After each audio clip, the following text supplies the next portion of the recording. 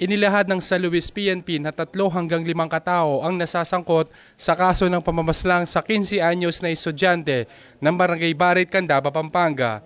Ayon kay Police Chief Inspector Onil de la Peña, OIC Chief of Police ng San Luis PNP, may nakakita ng dukutin sa Barangay Santa Monica, San Luis ang biktima. Nakatali ang mga paa at kamay ng biktima nang makita sa patubig sa Barangay San Juan Banyo, Arayat, Pampanga nitong ika-6 ng Pebrero. Ang panganay na kapatid ng biktima na si Mark Azel ang kumilala sa bangkay ng biktima nang dalhin sa isang puninarya sa Arayat, Pampanga. Pagsilip ko pa lang, nakita ko na yung sinturon niya pinili namin nung sa baliwag, kaming dalawa lang. Yun na, nakaramdam na ako na siya na yun.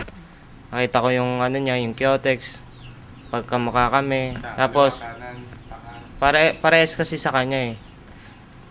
Tapos yun, nagtanong-tanong pa, tinignan ko pa siya. Yung peklat niya dito sa kaliwang paa, meron siya. Yun. Tsaka yung damit niya, tsaka short galing sa akin. Pangalawa sa 3 magkakapatid ang biktima at kasalukuyang 3rd year high school student sa San Isidro High School, Candaba, Pampanga. We're looking into the motive at may suspect naman tayo but we cannot still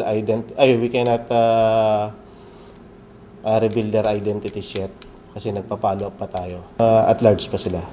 Inihahanda na ng kapulisan ng kasong abduction and murder in relation with Republic Act 7610 sa mga suspect.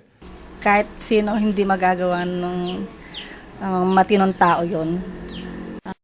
Kung sino man kayo, makonsensya naman kayo sa ginawa niyo sa anak ko. Ang ginawa doon sa kabrutalan ng kapatid ko, makonsensya naman sana.